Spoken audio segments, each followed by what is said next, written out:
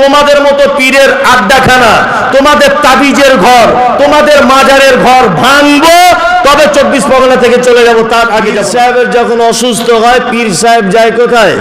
ভেলোরে যায় প্লেনে করে। আর মুরিদের যখন শরীর খারাপ হয়, মুরিদ এত বোকা পীর সাহেবের কাছে আছে। তা তুই তোর নিজেরটা কেন ভালো করতে পারছিস না?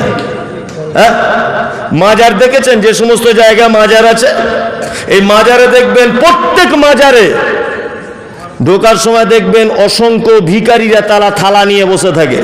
থাকে কি থাকে না? তার মানে ভিখারিরও ঈমান আছে যে মরা মানুষ মাজারে কিছু করতে পারে না, ওই জন্য আপনার মতো জ্যান্ত মানুষের কাছে থালা পাতে।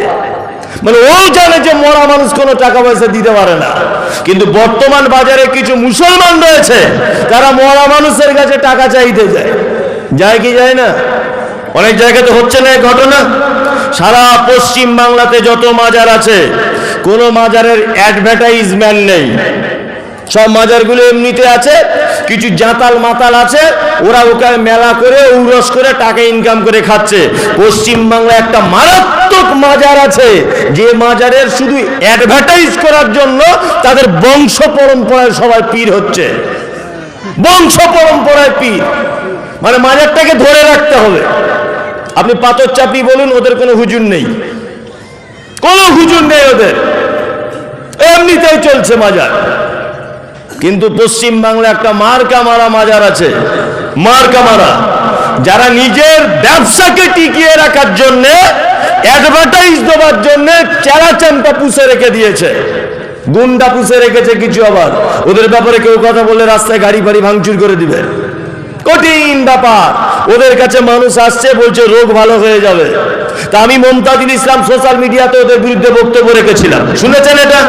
তো তোমার যদি এত কেরামতি থাকবে, কই আমার একটা হাত একটা পা পঙ্গু করে দেখাও না দেখি, তবেই বলবো হুজুর তোমার দম আছে, করো।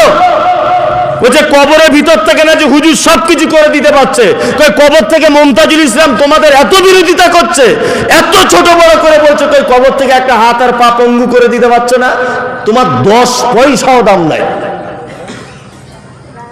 ব্যবসা, এছাড়া আর কিছু নয়। তাহলে একমাত্র বাঁচাতে কে পারে? কে? সাহায্য কার কাছে চাওয়া যায়? আল্লাহ, আল্লাহ, আল্লাহ।